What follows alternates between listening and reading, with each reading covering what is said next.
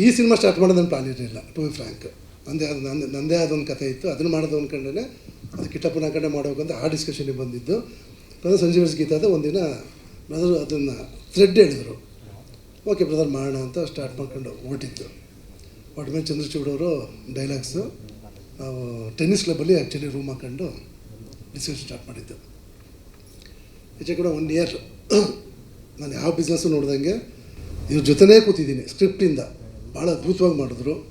ಅದಕ್ಕೆ ಪ್ರತಿಯೊಂದು ಹಂತದಲ್ಲೂ ಎಷ್ಟು ನೀಟಾಗಿ ಕಥೆನ ತೊಗೊಂಡು ಬಂದರು ಅಂದರೆ ಭಾಳ ಖುಷಿ ಆಯಿತು.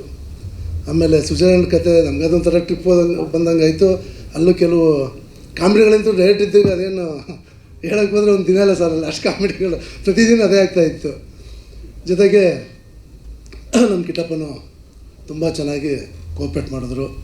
ಹೀರೋಯಿನ್ನು ಅಷ್ಟೇ, ಆ ಚಳಿಲಿ ಭಾಳ ಚೆನ್ನಾಗಿ ಅವರು ಕೋಪ್ರೇಟ್ ಮಾಡಿದ್ರು. ಮತ್ತು ಶ್ರೀಧರ್ ಬಾಯಿ ತುಂಬ ಚೆನ್ನಾಗಿ ಮ್ಯೂಸಿಕ್ ಎಲ್ಲ ಮಾಡಿ ಚೆನ್ನಾಗಿ ಮಾಡಿದ್ದಾರೆ. ನಮ್ಮ ಸತ್ಯ ಹೆಗ್ಡೆ ಅವರು ಭಾಳ ಅದ್ಭುತವಾಗಿ ಕ್ಯಾಮ್ರಾ ವರ್ಕ್ ಮಾಡಿದ್ದಾರೆ.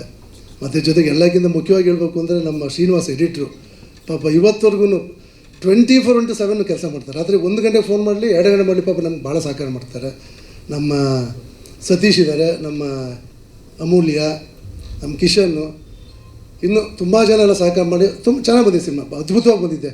ನಾನು ಅದೇ ಹೇಳ್ತಾ ಇದ್ದೆ ಬೆಳಗ್ಗೆ ಯಾರೋ ವಿಚಾರಕ್ಕೆ ಬಂದಾಗ ಸಿನಿಮಾ ಬಗ್ಗೆ ಹಿಂಗೆ ಡಿಸ್ಕಷನ್ ಆದಾಗ ಹೇಳಿದೆ, ನೀವು ದಯವಿಟ್ಟು ಯಾವುದೋ ಸಿನಿಮಾಕ್ಕೆ ಡಾಮ್ ಡೂಮ್ ಅಂತ ಮಾಡೋ ಸಿನಿಮಾನ ಕಂಪೇರ್ ಮಾಡೋಕ್ಕೆ ಹೋಗ್ಬಿಡಿ. ಒಂದು ಬಂಗಾರದ ಮನುಷ್ಯ ಏನು ಸಿನಿಮಾ ಇದೆ ಅದನ್ನು ನೆನೆಸ್ಕೊಳ್ಳಿ.